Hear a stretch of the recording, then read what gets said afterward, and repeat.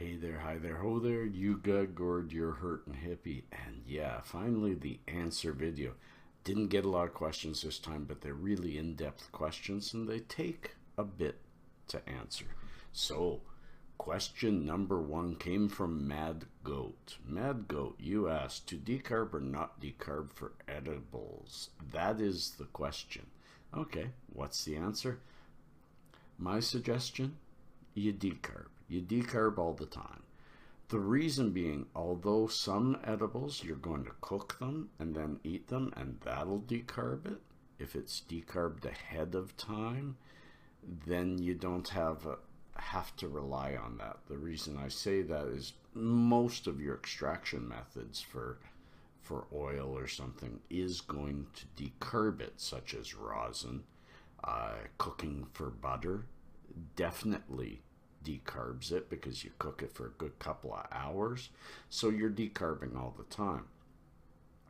To have decarboxylate, uncarboxylated, undecarboxylated edibles are not going to do much for your system because it's THC, not THCA, that gets converted in your liver when you eat edibles. It's THC, not THCA, that gets you high when you smoke and all that.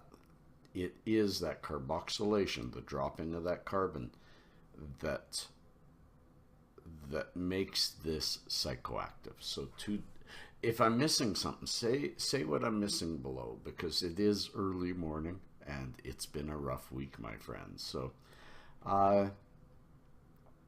the next one comes from Altish Gunham.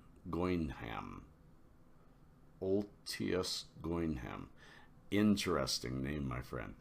And this is a tough one. What age do you think is appropriate to start smoking recreationally? Do you think minors for enjoyment, not for sickness, is a bad thing? That's a really, really tough one. Let's start with saying, with everything I've read, with everything, CBD is so good for the brain, it's a grease for the brain, but THC could possibly cause something to happen during development of the brain. And men's brains aren't fully developed till 25 and women's until 18 or 19. So, all things said, love for children to leave it alone until they're adult. Really, really would. But this isn't a world of absolutes. This is a world where, first of all, there are kids out there that need it. You touched on this. I can't keep saying your name, Altius. You touched on this. Unless they're sick. Well, sometimes sick for a kid is just anxiety. And we all know how well, if you have the right strains, high CBD strains, anxiety can be gotten rid of. So determining illness is a weird situation. I want to just say that one of my adult children started at a young age like I did. Not as young as I did, but in their teens. I don't want to say who it is. What I want to say is I knew it and I allowed it. But that was a very specific situation. I had someone else ask me, my 14-year-old has come to me and said, I want to smoke pot at home. I know you smoke it. That was almost the same thing, except my child was caught. This one came forward. If they come to you, open up your arms. You saying no will keep them doing it out the door, and maybe looking for other things to rebel against.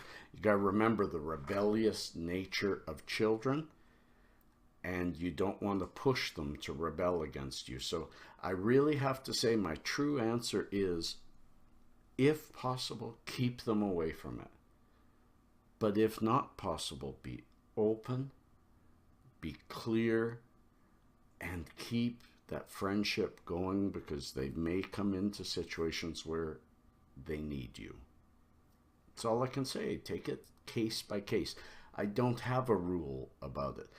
I have an 8-year-old child now. I have 30-year-old children, and I have an 8-year-old child. I hope my 8-year-old never touches it. I'd love him to go through his whole life without needing anything to enhance his life. I need it to enhance my life because maybe years and years of just issues and who knows. But one has to be just very, very careful how they choose to do it and the person in question. Do I believe in an age limit? I certainly do. We need to tell our kids not to touch anything they shouldn't touch while they're still developing. That's the important thing. Someday we may know, and someday they might even, CBD, who knows, might become a teenage vitamin. But until we know more, it's best to try to keep them away without causing them to go to something else. I hope that helps. Now, Patrick Wagner said a couple things. Was wondering what you think of salves or topicals. And that, Patrick, you tried some and they didn't work for you. Maybe they weren't good ones. mmjthc.ca that I work with have some fantastic topicals. I have one right here. It's made by, let me get the lid, Skin. The lid isn't on it because I use it so regularly. It is so important for my health. I have horrible neck. It's almost in pain all day long. I very often, a little tiny bit, put it back here. I have relief for a half hour to 45 minutes. And then it just slowly comes back. I use it all day. I use it at night to help my hands and feet because of my arthritis and my fibromyalgia. It depends on the salve. I guess it depends where you get it, how it's made. This one, for instance, this is the big size. This has 1,000 milligrams of THC in it. She also makes them with CBD, and they just do wonders. So, but again, this plant is so personal. Sometimes I know people who won't get anything out of edibles, and edibles is my way to go. So, and you also then asked, why don't you grow? Patrick, I kind of would like to grow, but I have a horrible back and a horrible neck, and I just think that a lot of gardening is really going to hurt me, as well as I live in a rental. The person who owns it would rather I not grow, although I have the legal right to. I also care about people, so I won't be growing yet. One day I might grow in the backyard if I can get a good secure way of doing it. And you asked one more thing, Patrick. Do you think a warmer climate might help me? I do think it might help me. I will not be moving to the US. I love my Canada. I don't love the cold anymore, but I used to. I grew up loving it. Us Canadians have a different way of looking at it. You know, like I was saying to my little boy this morning, I felt like it was Christmas outside. It's snow out there. Next, she's ready to live. Shout out my friends. Shout out Snow. You can keep that. Have you ever made anything with a cannabis tincture? No, I have not. I find that the tinctures that I've gotten are made with alcohol. I found some with grapeseed.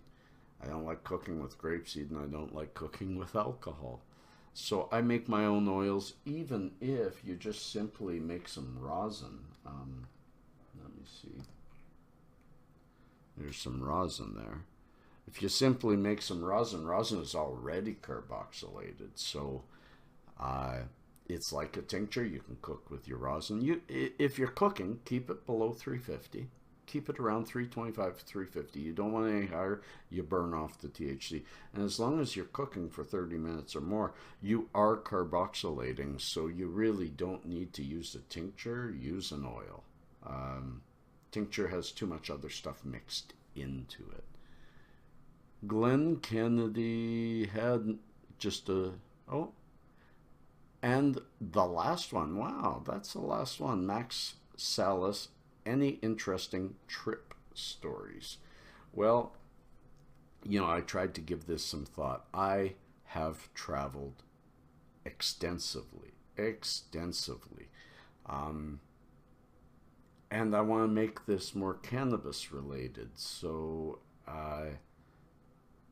but I can't really think of one. No, I can think of one.